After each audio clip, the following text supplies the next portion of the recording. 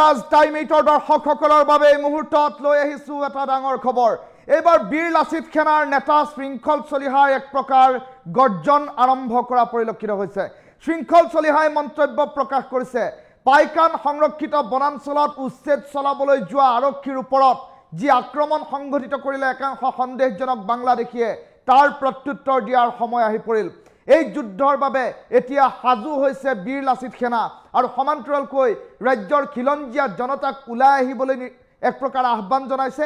আৰু তাৰ সমান্তৰালকৈ শৃংখল চলিহাই মন্তব্য প্ৰকাশ কৰিছে যে ৰাজনীতি পাছত জাতি আগত, যদিহে এই মুহূৰ্তত যুদ্ধ ঘোষণা কৰা নহয় তেনেহ'লে জাতি নাবাচিব বুলিও এক প্ৰকাৰ মন্তব্য প্ৰকাশ কৰিছে।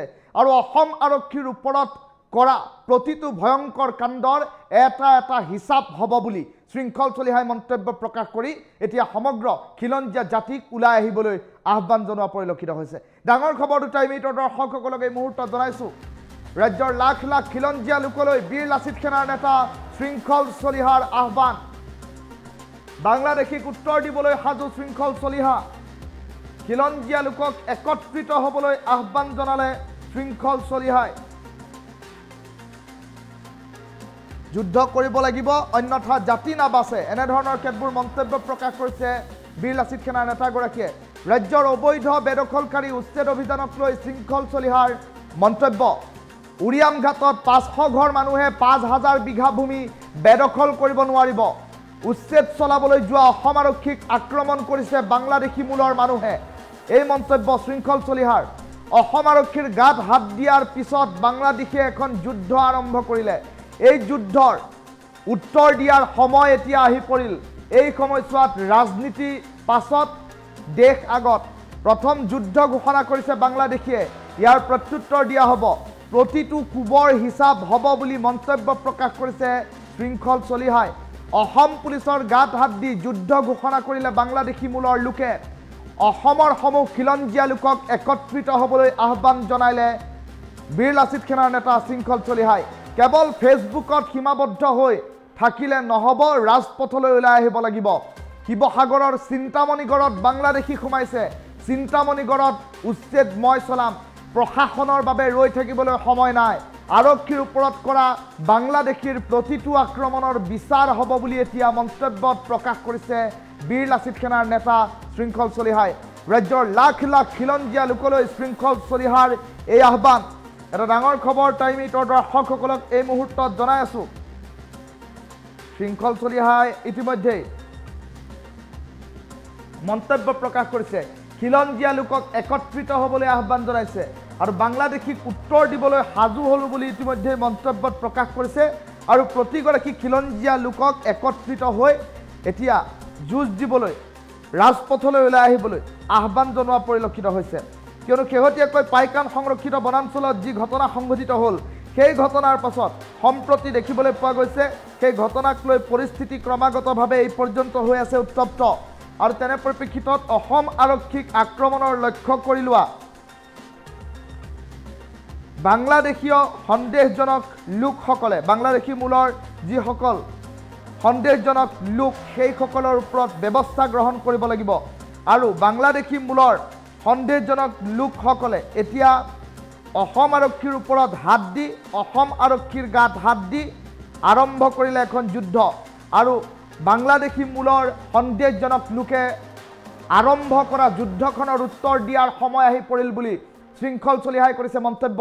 সমানে সমানে উজনি অসমৰ শিৱসাগৰৰ চিন্তামণিগড়ত বাংলাদেশী সোমাইছে। চিন্তামণিগড়ত উচ্ছেদ মই চলাম, প্ৰশাসনলৈ ৰৈ থকাৰ মোৰ সময় নাই বুলি উল্লেখ কৰিলে শৃংখল চলিহাই। শৃংখল চলিহাৰ মন্তব্য এই মুহূৰ্তত শুনাই লৈছোঁ। উৰিয়াম ঘাটলৈ আমি যাম, কাৰণ 500 ঘৰ মানুহে 5000 বিঘা যদি জংঘল দখল কৰি দিয়ে তাত আমাৰ আপত্তি আছে। এনে গোৱালপাৰাত উচ্ছেদ হৈছে, উচ্ছেদ হৈ আছে বনাঞ্চলবিলাকত। এতিয়া যেতিয়া উচ্ছেদ হৈছে, উচ্ছেদ হওঁতে অসম পুলিচক মাৰিছে তাত বাংলাদেশী মূলৰ মানুহে। অসম পুলিচৰ গাত হাত দিয়াৰ পিছত মানে বাংলাদেশীয়ে এখন যুদ্ধ ঘোষণা কৰি দিলে আৰু সেই যুদ্ধৰ এটা উত্তৰ দিয়াৰ সময়। আৰু তেওঁলোকে যিহেতু প্ৰথম যুদ্ধ কিন্তু ঘোষণা কৰিছে বাংলাদেশী, অসম পুলিচৰ গাত হাত দি, অসম পুলিচৰ ফালি দি যুদ্ধ ঘোষণা কৰিছে।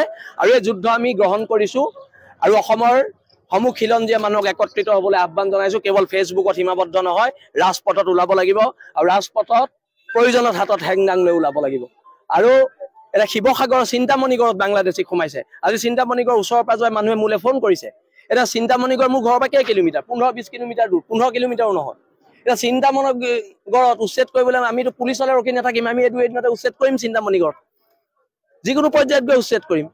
আৰু যিখিনি পুলিচৰ গাত কোব পৰিলে, বাংলাদেশীৰ হাতৰ যিখিনি কোব পৰিলে, প্ৰতি কোবৰ বিচাৰ হ'ব, প্ৰতি কোবৰ বিচাৰ হ'ব। আক্ৰমণ হ'লে প্ৰত্যাক্ৰমণ হ'ব। আৰু অসমৰ খিলঞ্জীয়া মানুহ শেষ যুদ্ধলৈ সাজু থাকক। যুদ্ধ কৰিব লাগিব, নহ'লে জাতি নেবাচ। সকলো শেষ যুদ্ধলৈ সাজু থাকক। আৰু এটা কথা আমি একদম স্পষ্টকৈ কৈ দিছোঁ, যে ৰাজনীতিৰ ঊৰ্ধত কথা বতৰা হ'ব লাগিব। বিজেপি, কংগ্ৰেছ সকলোৱে ৰাজনীতি বাদ দি প্ৰথম জাতি ৰক্ষা কৰক, জাতি ৰক্ষা সংগ্ৰামখনত অৱতীৰ্ণ হওক, তাৰপিছত এইখন সংগ্ৰাম হ'ব। উৰিয়াম ঘাটলৈ আমি যাম, কাৰণ 500 ঘৰ মানুহে 5000 বিঘা যদি জংঘল দখল কৰি দিয়ে, তাত আমাৰ আপত্তি আছে। এতিয়া গোৱালপাৰাত উচ্ছেদ হৈ আছে বনাঞ্চলবিলাকত। এতিয়া যেতিয়া উচ্ছেদ হওঁতে অসম পুলিচক মাৰিছে তাত বাংলাদেশী মূলৰ মানুহে। অসম পুলিচৰ গাত হাত দিয়াৰ পিছত মানে বাংলাদেশীয়ে এখন যুদ্ধ ঘোষণা কৰি দিলে। আৰু সেই যুদ্ধৰ এটা উত্তৰ দিয়াৰ সময়। আৰু তেওঁলোকে যিহেতু প্ৰথম যুদ্ধ কিন্তু ঘোষণা কৰিছে বাংলাদেশী, অসম পুলিচৰ গাত হাত দি, অসম পুলিচৰ ফালি দি যুদ্ধ ঘোষণা কৰিছে। আৰু এই যুদ্ধ আমি গ্ৰহণ কৰিছোঁ। আৰু অসমৰ সমূহ খিলঞ্জীয়া মানুহক একত্ৰিত হ'বলৈ আহ্বান জনাইছোঁ। কেৱল ফেচবুকত সীমাবদ্ধ নহয়, ৰাজপথত ওলাব লাগিব আৰু ৰাজপথত প্ৰয়োজনত হাতত হেংদাং লৈ ওলাব লাগিব। আৰু এটা শিৱসাগৰৰ চিন্তামণিগড়ত বাংলাদেশী সোমাইছে। আজি চিন্তামণিগড়ৰ ওচৰৰ পাজৰে মানুহে মোলৈ ফোন কৰিছে। এতিয়া চিন্তামণিগড় মোৰ ঘৰৰ পৰা কেই কিলোমিটাৰ, 15-20 কিলোমিটাৰ দূৰ, 15 কিলোমিটাৰো নহয়। এতিয়া চিন্তামণিগড়ত উচ্ছেদ কৰিবলৈ আমিতো পুলিচলৈ ৰখি নাথাকিম, আমি এইটো এদিনতে উচ্ছেদ কৰিম চিন্তামণিগড়ত, যিকোনো পৰ্যায়ত গৈ উচ্ছেদ কৰিম। আৰু যিখিনি পুলিচৰ গাত কোব পৰিলে, বাংলাদেশীৰ হাতৰ যিখিনি কোব পৰিলে, প্ৰতি কোবৰ বিচাৰ হ'ব, প্ৰতি কোবৰ বিচাৰ হ'ব। আক্ৰমণ হ'লে প্ৰত্যাক্ৰমণ হ'ব। আৰু অসমৰ খিলঞ্জীয়া মানুহ শেষ যুদ্ধলৈ সাজু থাকক। যুদ্ধ কৰিব লাগিব, নহ'লে জাতি নেবাচ। সকলো শেষ যুদ্ধলৈ সাজু থাকক। আৰু এটা কথা আমি একদম স্পষ্টকৈ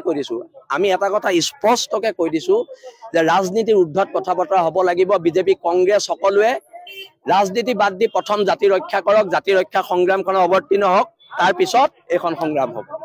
উৰিয়াম ঘাটলৈ আমি যাম, কাৰণ 500 ঘৰ মানুহে 5000 বিঘা যদি জংঘল দখল কৰি দিয়ে, তাত আমাৰ আপত্তি আছে। এতিয়া গোৱালপাৰাত উচ্ছেদ হৈ আছে বনাঞ্চলবিলাকত। এতিয়া যেতিয়া উচ্ছেদ হওঁতে অসম পুলিচক মাৰিছে তাত বাংলাদেশী মূলৰ মানুহে। অসম পুলিচৰ গাত হাত দিয়াৰ পিছত মানে বাংলাদেশীয়ে এখন যুদ্ধ ঘোষণা কৰি দিলে। আৰু সেই যুদ্ধৰ এটা উত্তৰ দিয়াৰ সময়। আৰু তেওঁলোকে যিহেতু প্ৰথম যুদ্ধ কিন্তু ঘোষণা কৰিছে বাংলাদেশী, অসম পুলিচৰ গাত হাত দি, অসম পুলিচৰ ফালি দি যুদ্ধ ঘোষণা কৰিছে। আৰু এই যুদ্ধ আমি গ্ৰহণ কৰিছোঁ। আৰু অসমৰ সমূহ খিলঞ্জীয়া